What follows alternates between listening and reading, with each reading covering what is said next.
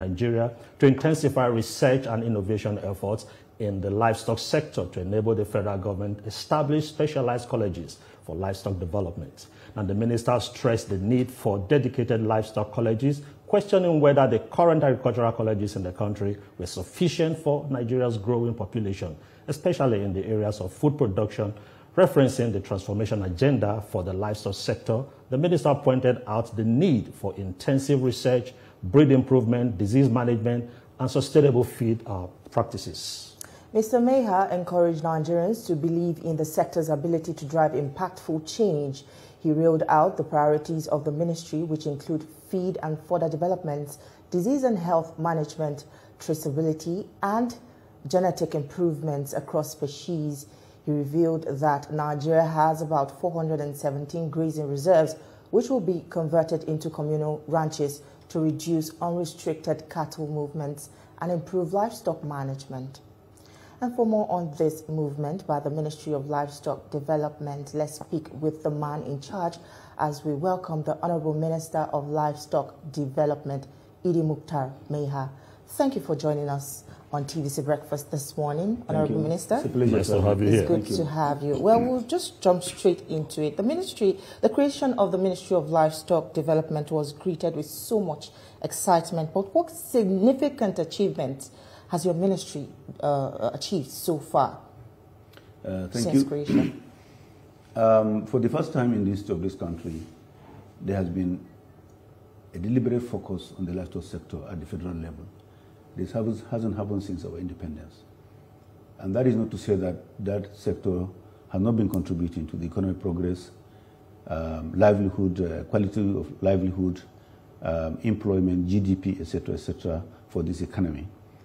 It is a matter of strategic thinking of the current administration under the able leadership of Mr. President, who has had that rare vision to look through and see that that sector that is still steeped in the informal sector needs to be rejuvenated, needs to be brought out from the informal sector to the formal sector and be modernized. Now, this has happened.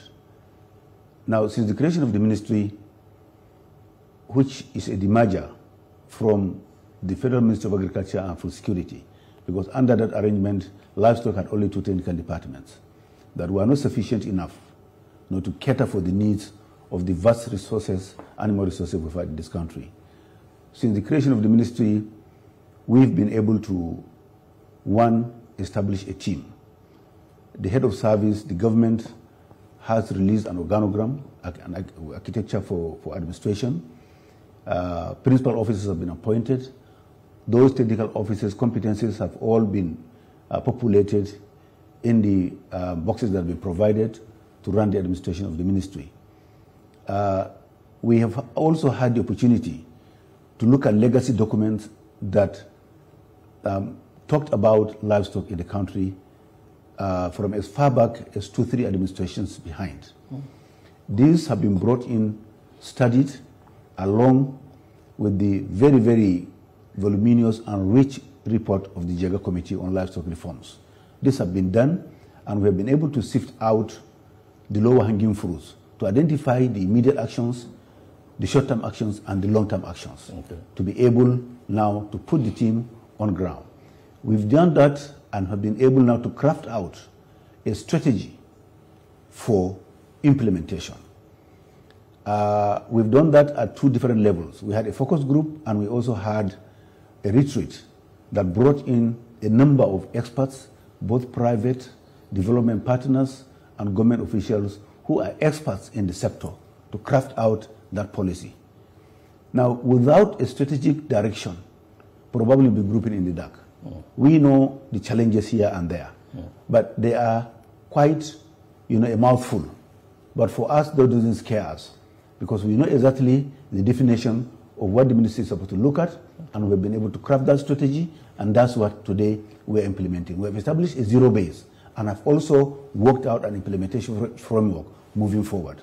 So this is what we have done. Secondly, since our arrival, we've been able to brand this ministry. We have gone around, met with stakeholders across the board, met with investors locally. We have also spoken to international investors. We have visited them. Many came to see us. That has also happened, and that has woken up a very strong appetite for investment in the livestock sector. Thirdly, we have had a lot of stakeholder engagement with the subnational government. Okay. Now, what do we do there? Recall that at the federal level, we don't have a land. The federal government doesn't have land. The land resources, the animal resources are all resident, domiciled at the state level. We have had a number of visits, a number of contacts with the subnational government. And in fact, since the creation of that ministry by Mr. President, and that vindicated Mr. President's vision. Today we have 15 state governments with similar ministries for livestock development across the country. At the time that ministry was created, there were only 3 states with similar ministries. And that has told you that Mr. President's vision is right on spot. Okay. Now the subnational governments are keen in, and we have so far visited a number of states, inspected livestock facilities. Some of them, in fact, are older than this country, that were built before independence, but have become moribund, simply because of that neglect. But now there is that interest to revive those sectors, to revive those infrastructure, to restock them, and come with new business models to develop the livestock sector at that level. Why would that need to happen? That needs to happen to address the mandate of the ministry, Federal Ministry of Livestock, as well as the mandates of the subnational governments under the Ministry of Livestock that have been created. So that synergy is already developing, and we are happy. And in fact, yesterday, of all the stakeholder engagement we've had, yesterday, as I'm talking to you today, we have invited 34 pastoral associations across the country. They are here for a 2-day workshop to look at the mandate of the ministry and the role of pastoral associations in the reformation, in the transformation of the livestock sector, also to create the enabling environment for investors to come and invest. Investors are not coming with their own animals outside this country. They are going to invest in the local breed that we have. They are going to invest in the markets that we have. Remember, Nigeria is the biggest market in Africa. So therefore, the appetite is there. And these engagements have continued across the board. Ambassadors, investors, local and foreign. And in fact, others are eyeing the Nigerian red meat industry because they want to partake in that.